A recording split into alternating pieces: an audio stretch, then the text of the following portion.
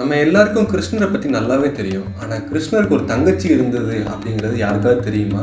இல்லை கிருஷ்ணருக்கு உண்மையிலே தங்கச்சி இருக்கா அப்படின்னு நீங்கள் கேள்வி கேட்டீங்க அப்படின்னா இந்த கதையை முழுசாக கேளுங்க.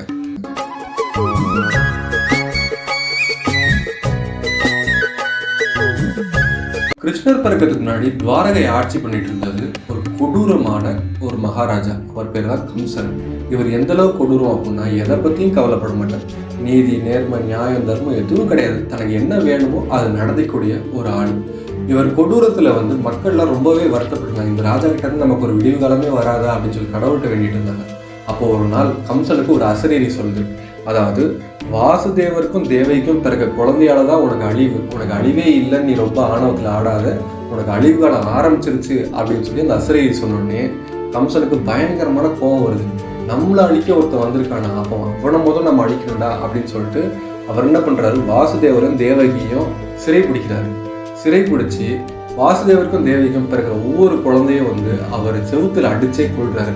அதாவது பச்சிலம் குழந்தை, இது இப்போதான்டா பிறந்திருக்கு, இதை எதுவுமே பண்ணக்கூடாதுன்னு சொல்றப்ப கூட அதை பற்றிலாம் அவர் கவலைப்படாம என்ன கொள்றதுக்கு ஒரு குழந்தை பிறந்துச்சு அப்படின்னா நான் அடிப்பேன் அப்படின்னு சொல்லிட்டு அவர் ஒவ்வொரு குழந்தையும் அழிக்கிறாரு. எந்த அளவுக்கு அப்படின்னா 6 குழந்தைகளை செவுத்துல அடிச்சு அவர் கொண்டிருக்காரு. இதை பார்த்த வாசுதேவர் தேவகியும் என்னடா நம்மளோட குழந்தைகள் எல்லாமே இப்படி இறந்து போதே, நமக்கு ஒரு தீர்க்கமான ஒரு ஆயுள் இருக்கிற ஒரு குழந்தை பிறக்காதா அப்படின்னு ரொம்ப வருத்தப்பட்டு அவங்களோட குலகுருவான கர்க்க மகரிஷிக்கு ஒரு செய்தி அனுப்புறாரு. அதாவது இது மாதிரி நடக்குதுங்க, நீங்க எங்களை ரகசியமா சிறையில பார்க்கறதுக்கு வாங்க அப்படின்னு சொல்லி கர்க்க மகரிஷிக்கு வாசுதேவர் ஒரு ரகசிய செய்தி அனுப்புறாரு. இதை கேட்டோடனே கர்க்க மகரிஷி என்னடா இது இவ்வளோ பிரச்சனையில் இருக்காங்களா, சரி நம்ம போய் பார்க்கணும் அப்படின்னு சொல்லிட்டு வாசுதேவரை ரகசியமா சிறையில் போய் பார்க்குறப்போ வாசுதேவர் நடந்த விஷயத்தெல்லாம் சொல்றாரு. இது மாதிரி நமக்கு பிறந்த 6 குழந்தையும் இது மாதிரி கம்சன் அழிச்சிட்டான், அதனால எங்களுக்கு நல்ல ஆயுள் உள்ள ஒரு குழந்தை வேணும் அப்படின்னு சொல்லி மகரிஷி கேட்குறப்போ மகரிஷி என்ன சொல்றாரு அப்படின்னா, இவ்வளோ பிரச்சனைகள் இருந்து உங்களை காப்பாற்றுறதுக்கு ஒரே ஒரு ஆள்னால தான் முடியும், அது துர்காதேவினால மட்டும்தான் முடியும். அதனால நீங்கள் துர்கை அம்மனுக்கு பயங்கரமாக பூஜை பண்ணுங்க. பண்ணுறப்போ இந்த கஷ்டத்தெல்லாம் தீர்த்து துர்கை உங்களுக்கு நல்ல ஒரு ஆயுள் உள்ள ஒரு குழந்தைய கொடுப்பா. ஏன்னா எந்த ஒரு கஷ்டத்தில் இருந்தாலுமே ஓடி தன் குழந்தைகளுக்காக உதவி செய்கிற ஒரே கடவுள் துர்கையாக தான் இருக்கா. அதனால் நீங்கள் துர்கையை நோக்கி ஒரு பூஜை பண்ணுங்க அப்படின்னு சொல்கிறப்போ வாசுதேவர் ரொம்ப வருத்தத்தோடு சொல்கிறாரு, ஏன் நாங்களே சிறையில் இருந்து கஷ்டப்படுறோம், நாங்கள் எப்படி ஒரு பூஜையெல்லாம் பண்ண முடியும், அதனால நீங்கள் என்ன பண்ணுங்க அப்படின்னா எங்களுக்கு பதில் எங்கள் பேர் சொல்லி நீங்கள் துர்கைக்கு பூஜை பண்ணுங்க. அந்த துர்கை மனசு இறங்கி வரப்போ எங்களுக்கு இது மாதிரி ஒரு நல்ல ஒரு குழந்தை வேணும் அப்படின்னு சொல்லி நீங்கள் கேளுங்க ஐயா, நீங்கள் எங்களுக்கு இந்த உதவி பண்ணணும் அப்படின்னு சொல்லி ரொம்ப அவர் கவலையோட வருத்தத்தோடு கேட்குறது பார்த்துட்டு கர்க்க மகரிஷி சரி ஓகே நான் உங்களுக்காக நான் பூஜை பண்ணுறேன்னு சொல்லிட்டு அவர் நேராக விந்திய மலைக்கு போகிறாரு. அங்கே விந்திய மலைக்கு போய் கர்க்க மகரிஷி துர்கையை பார்த்து ஒரு பயங்கரமான ஒரு பெரிய பூஜையை பண்ணுறாரு.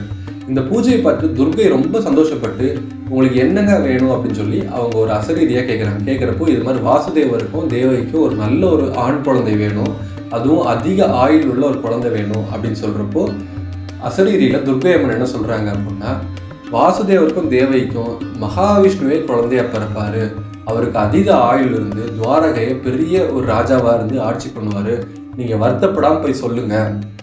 அது மட்டும் இல்லாமல் அவருக்கு பிறக்க போகிற 8வது குழந்தையாக தான் மகாவிஷ்ணு பிறப்பார்.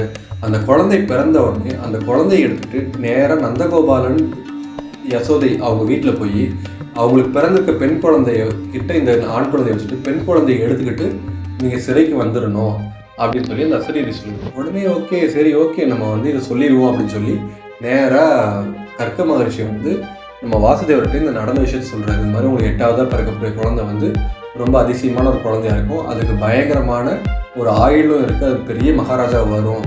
ஆனால் அந்த குழந்தை பிறந்த உடனே நீங்கள் என்ன பண்ணணும் அப்படின்னா நந்தகோபாலர் வீட்டில் போய் அந்த நந்தகோபாலருக்கும் யசோதைக்கும் பிறந்த பெண் குழந்தையை எடுத்துகிட்டு உங்களோட ஆண் குழந்தையை வச்சுட்டு வந்துடணும் அப்படின்னு சொன்னோடனே வாசுதேவருக்கு ஒன்றுமே புரியல. சரி ஓகே ஏதோ நம்ம நல்லதுக்காகன்னு சொல்கிறாங்க அப்படின்னு சொல்லிட்டு இவர் என்ன பண்ணுறாரு, அதே மாதிரி அவருக்கு 8வதாக குழந்தை பிறக்குது. அந்த 8வதாக பிறக்கிற குழந்தை ஆண் குழந்தையாகவும் இருக்குது. உடனே பயங்கர சந்தோஷம், ஆஹா நமக்கு ஆண் குழந்தை பிறந்துருச்சு, இந்த குழந்தை தான் பெரிய மகாராஜாவை நல்லா வாழப்போகுது அப்படின்னு சொல்லிட்டு இருக்கப்போ தான் டக்குன்யா கர்க்க மகரிஷி சொன்னது, இந்த குழந்தை பிறந்த உடனே நீங்கள் எடுத்துகிட்டு போய் நந்தகோபாலர் வீட்டில் வச்சிடணும், அங்கே இருக்கிற பெண் குழந்தைய எடுத்துகிட்டு வரணும்னு சொன்னோடனே இவர் என்ன பண்ணுறாரு, அந்த ஆண் குழந்தைய அதாவது கிருஷ்ணரை அவர் எடுத்துக்கிட்டு நேராக வெளியே அதாவது சிறைக்கிட்ட வரப்போ சிறை காவலாளி மயங்கி விடுகிறான். விழுந்த உடனே அந்த கதவு திறக்குது. இவர் அந்த குழந்தையை எடுத்துக்கிட்டு நேராக வந்து நந்தகோபாலர் வீட்டில் போய் பார்க்குறாரு. பார்த்தா அவங்க சொன்ன மாதிரியே ஒரு பெண் குழந்தை பிறந்துருச்சு. அந்த பெண் குழந்தை பக்கத்தில் இந்த ஆண் குழந்தையை வச்சுட்டு அந்த பெண் குழந்தை வந்து நம்ம வாசுதேவர் எடுத்துக்கிட்டு சிறைக்கு வந்துடுறாரு. சிறைக்கு வந்தோடனே இந்த விஷயம் கம்சனுக்கு தெரிஞ்சது.